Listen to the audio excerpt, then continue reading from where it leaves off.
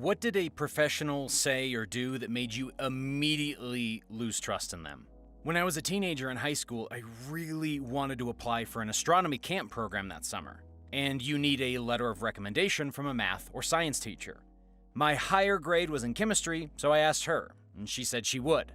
But be aware that she'd have to say I don't always focus on my work as I should. I said fine, that was true, worked really hard on the rest of the application, and got in. Ran to school in excitement to thank my teacher for her letter, and she couldn't hide her look of utter astonishment, and I realized what was up. A few months later, when I was at that camp, I nonchalantly asked the director, she wrote me a bad letter, didn't she? He immediately pulled me aside to say yes. It was so bad that it was a full page saying terrible things about my character and scholarship. So he knew to discount it, but wanted to let me know. Which was, in fact, good to know, because I had AP chemistry with her the next year, and she kept doing stuff like getting me sent to the principal's office for a B- at the quarter. That still bothers me a bit to this day.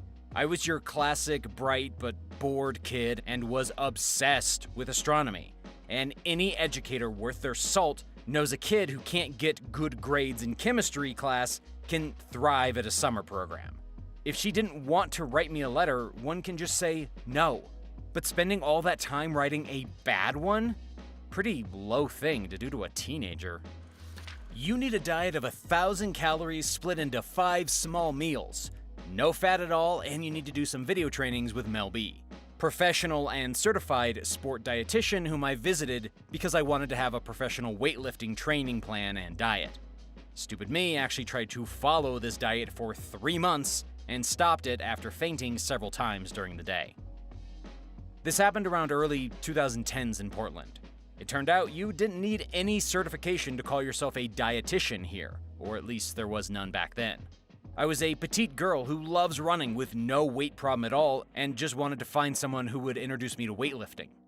There were more red flags I skipped because I was young and naive, such as the dietitian office location in a shady part of the town, weird food restrictions like you are allowed only 100 grams of meat per day, no eggs at all, no bread at all, no fruits at all. But if you need to make a cheat meal because you need to take your customers for a business lunch, then fine, eat whatever but no carbs. Followed by some motivational bullcrap. I remember I lost about 3 kilograms in the first weeks and then the weight loss stopped. I gained 2 kilograms back and was able to lose them again on a rational reduction diet made by an actual professional clinical dietitian I visited later. I, 17 at the time, had a long history of migraines, and recently came down with some pretty severe vitamin D deficiency, which for some reason caused my migraines to come back after 4 years of having them under control. So I went with my mom to a neurologist. Our appointment was at 1:30 and my mom had a haircut appointment later at 5:30. So we get to the neurologist's office at 1 o'clock to fill out paperwork and stuff. We aren't called back until 4 o'clock. When we get into the office, the doctor takes another 45 minutes to even show up.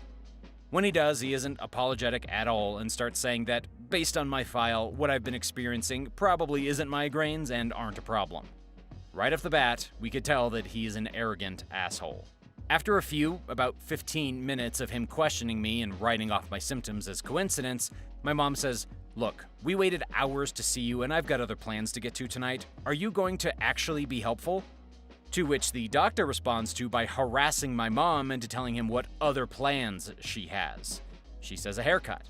Listen, woman, what's more important, your hair or your son's life?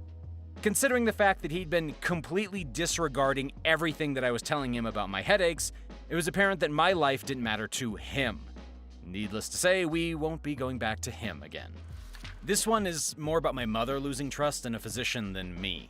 When I was a kid, maybe around the age of 8, I was allergic to red food coloring, red dye 40 specifically, but I avoided them all. If I came into contact with it, my face and throat would swell up, my skin would itch, and my temperature would go up.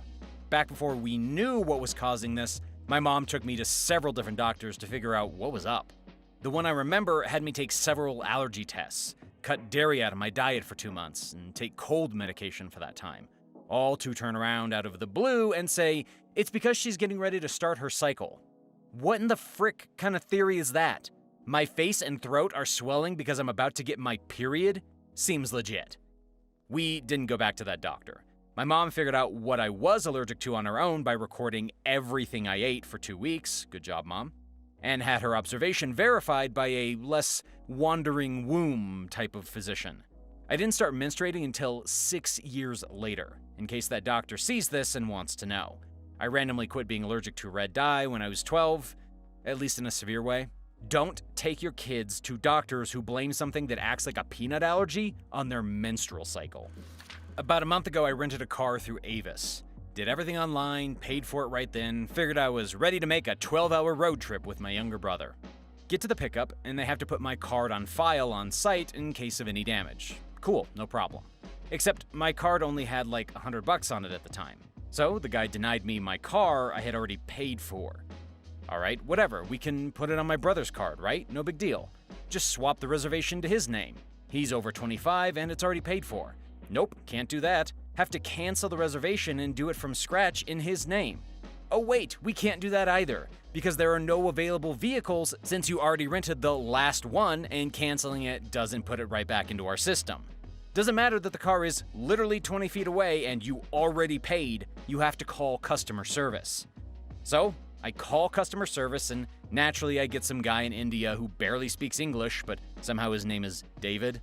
Oh, and he hangs up on me when I ask for a supervisor after he explains that he can't reserve the car since it has already been reserved. By me. First time I ever cuss somebody out face to face like I did. I finally managed to get it canceled and reserved again, except now the rate isn't the same and it costs twice as much on my brother's card. It's been a month and I still haven't been refunded the $100 that was supposed to take 3 to 5 business days from my initial reservation. So yeah, I know which rental company I will never be using again.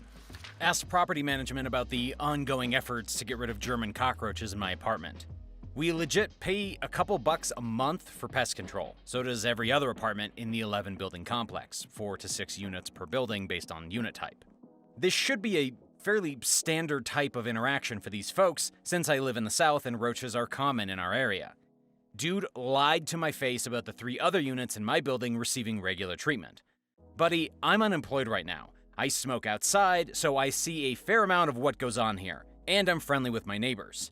In the 3 months we've been getting half-ass pest control treatments, none of the other units in my building has been treated once.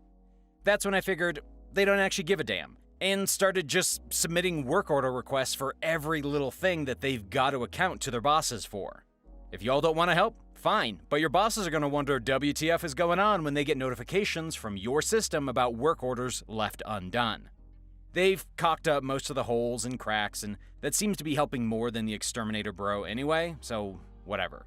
I'm still seeing a reduction in pests. Just kind of wish I'd realized they were useless from day one so I could have handled the war efforts differently. I hope you enjoyed this video. If you did, leave a like and comment down below your thoughts. Subscribe if you want to see more videos from us. We have more videos on screen for you to watch right now.